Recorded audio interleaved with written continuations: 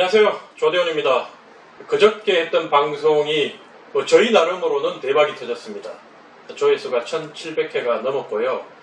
최초에 저희가 이제 유튜브 방송할 때 목표로 했던 거는 구독자 1000명에 1000명 정도 꾸준하게 이렇게 조회수가 올라가는 게 저희 목표였습니다. 남들처럼 슈퍼챗을 받을 처지도 아니고, 그리고 유튜브를 통해서 돈을 벌겠다는 생각도 전혀 없기 때문에 저희가 오로지 유튜브를 하는 목적은 대한민국에서 이렇게 왼쪽 오른쪽으로 편향된 유튜브 방송들, 그리고 기존에 있는 방송들도 이제는 대선국민이다 보니까 각자 지지하는 정당과 후보에 따라 가지고 이렇게 좀 치우친 방송을 하는 곳이 많아서 국민들이 방송에 대해서 불신하는 게 이제 점점 커지고 있다 보니까, 적어도 제가 큰 대단한 사람은 아니지만 한 1000명 정도의 분들, 대한민국을 아끼고 또 국민 상식 눈높이에 맞는 정치의 회복을 바라고, 또 국민들이 자유롭고 행복한 나라를 만드는데 함께 작은 힘이나마 보탤 수 있는 이런 분들이 정치 분야 이슈에 대해서 좀 국민 시선에 맞도록 우리가 생각하고 예측해보고 또 반성할 건 반성하고 이렇게 해보자고 유튜브 채널을 시작하게 됐어요. 근데 가장 좋은 거는 이제 실시간 방송을 해야 되는데, 그게 어쨌든 구독자 1000명이 넘고 조회수가 평균적으로 한 1000회는 이상 되어야지만 그게 가능하다고 이제 주변에서 말씀을 하시기 때문에 제가 그걸 목표로 하고 있는데, 어쨌든 지난 그저께 방송은 이미 조회수가 1700, 1800회를 넘었었고 구독자들도 한 100명 더 늘어서 지금 500명을 돌파했습니다. 여러분께 대단히 감사드립니다. 오늘 중요한 일이 있었죠. 아침 10시에 국민의힘 2차 컷오프 결과를 발표했습니다.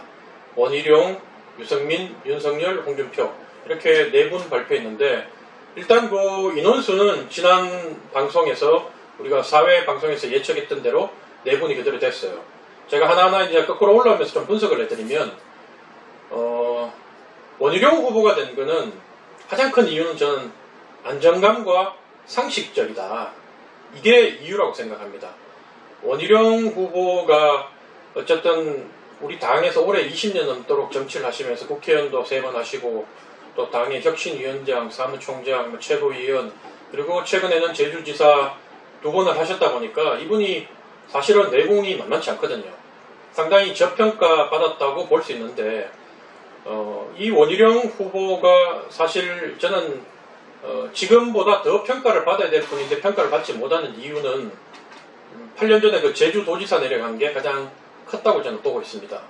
이미 2007년 대통령 경선 때 홍준표 후보한테도 이기고 이명박 박근혜 후보 다음으로 3등을 하시면서 차세대 주자로 사실은 이렇게 예약을 해놨었는데, 그 정치적 자산을 지난 13년 동안 많이 까먹어버렸죠.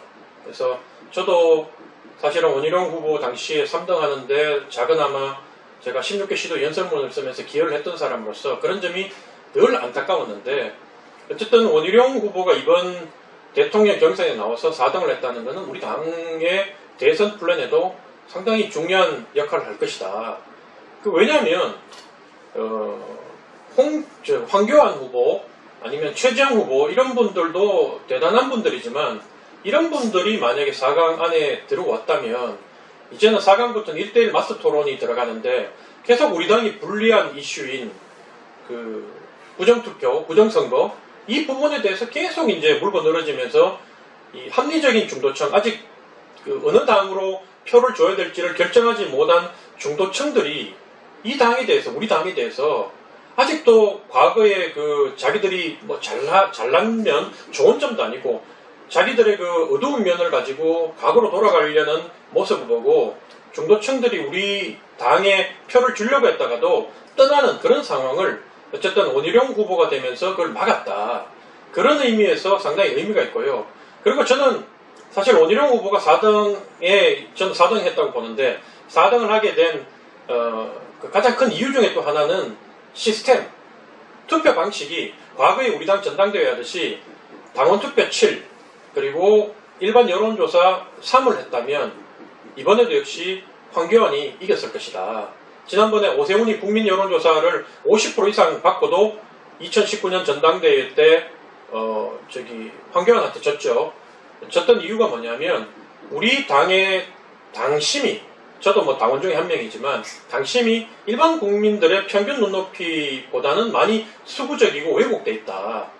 그런 의미에서 참 늘 안타깝게 여기고 있었고요.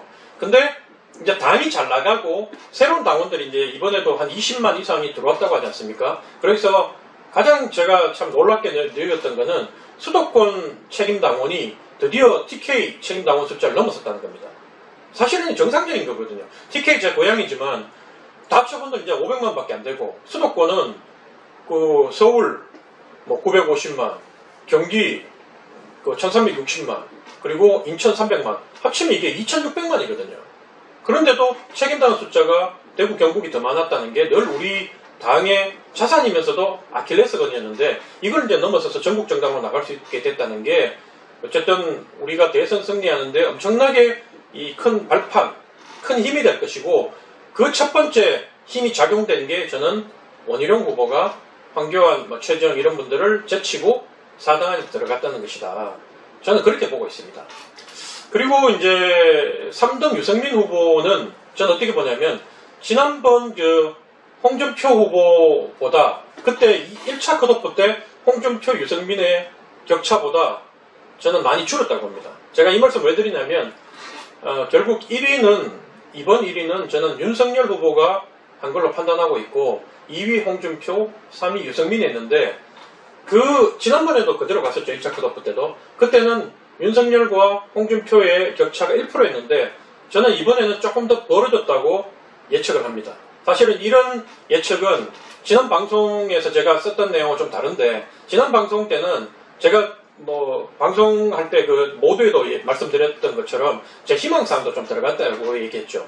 왜냐하면 윤석열로는 본선에서 이기기 힘들다고 저는 보고 있기 때문에, 어쨌든 홍이든 그 다음에 유든 이런 분들이 약진을 해서 우리 당의 후보로 선정되는 게 본선에서 이기는 길이다, 이렇게 판단을 하고 제가 그래 말씀드렸던 건데, 1차 컷오프 때보다 그 1% 차이 났던 것보다는 윤하고 윤석열, 홍준표의 격차는 더 벌어지고, 홍준표, 유승민의 격차는 많이 줄어들었을 것이다.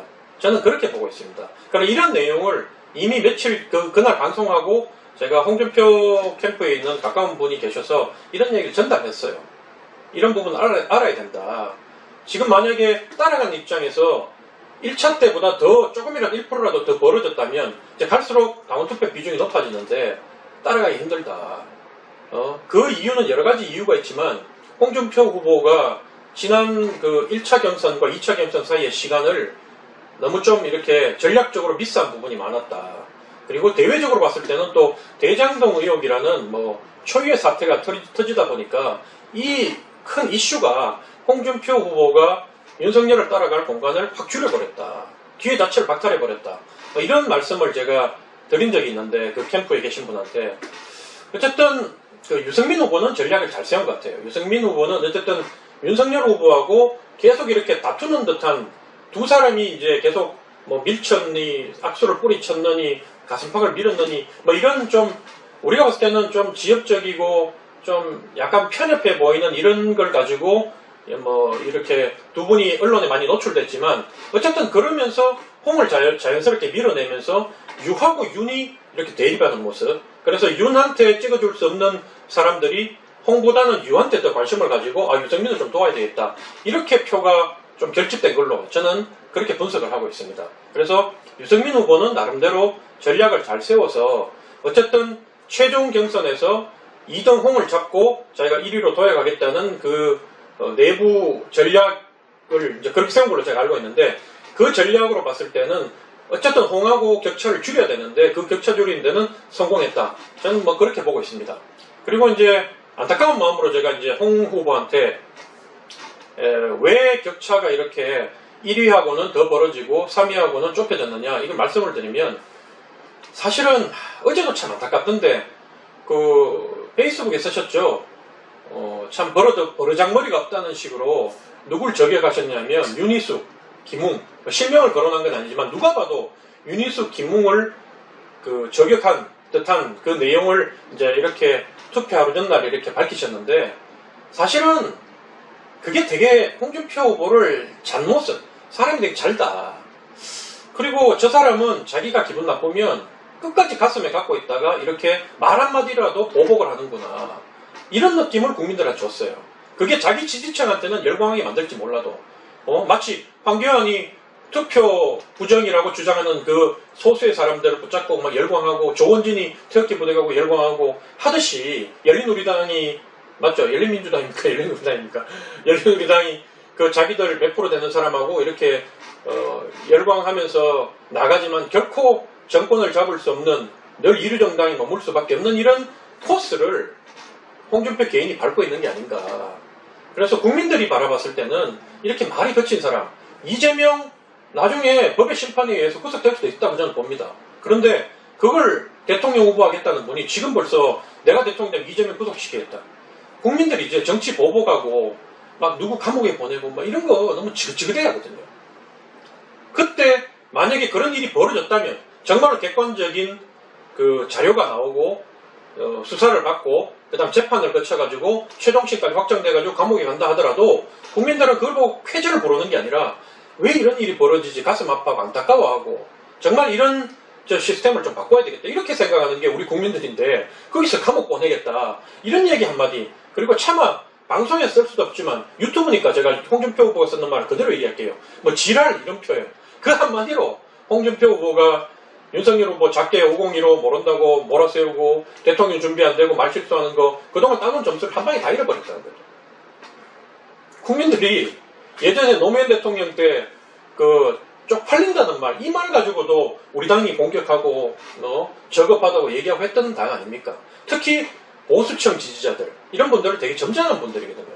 이 좌파보다는 우파들이 좀 그래도 나이, 연공서열 따지고 연장자 좀 이렇게 대우하려고 하고 그 다음에 말 한마디를 하더라도 같은 표현이라도 좀 이렇게 품격 있게 하려고 하고 상대한테 직접 상처 안 주려고 하고 이런 게 있는데 이런 것들을 완전히 실수했다.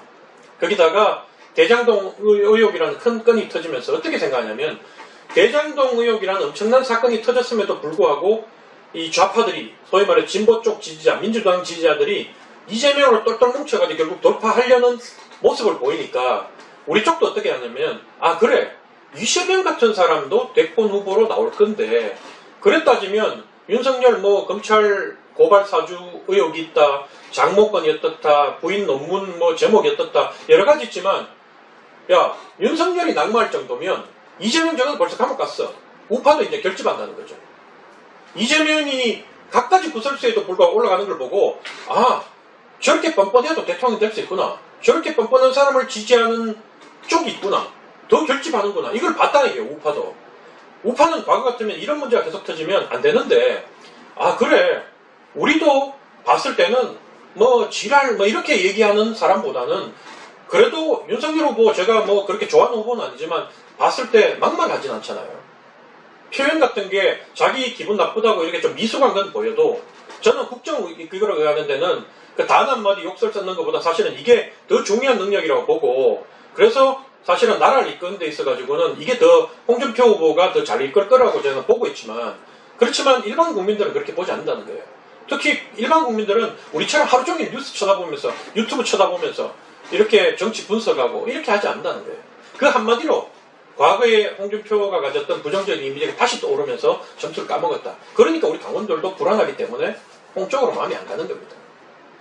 그래서 제가 어쨌든 그 정확한 수치를 보고 제가 말씀드리면 더 좋겠지만 수치를 보지 않고 이렇게 우리가 예측해보는 거 국민 상식과 제가 평소에 가져온 정치관 또 경험 이런 것들을 응축해서 우리가 분석해보는 것도 뭐 스릴 있고 재미있지 않나 생각이 듭니다. 그래서 만약에 제가 봤을 때는 내일이나 모레쯤 되면 이 결과가 다 드러날 건데 제가 틀리면 다음 방송에서 제가 왜 틀린지 말씀드리고 뭐 정정을 하고요. 현재 제가 이번 경선의 결과는 어떻게 보냐면 1등 윤석열, 2등 홍준표, 3등 유승민, 4등 원희룡 거기다가 1등, 2등 차의 격차는 1차 컷오프보다 더 벌어졌다. 2등, 3등의 격차는 1차 컷오프보다 줄었다. 이렇게 결론을 내리고 방송을 마칠까 합니다. 여러분 부족한 방송이지만 늘 관심 갖고 들어주셔서 고맙습니다.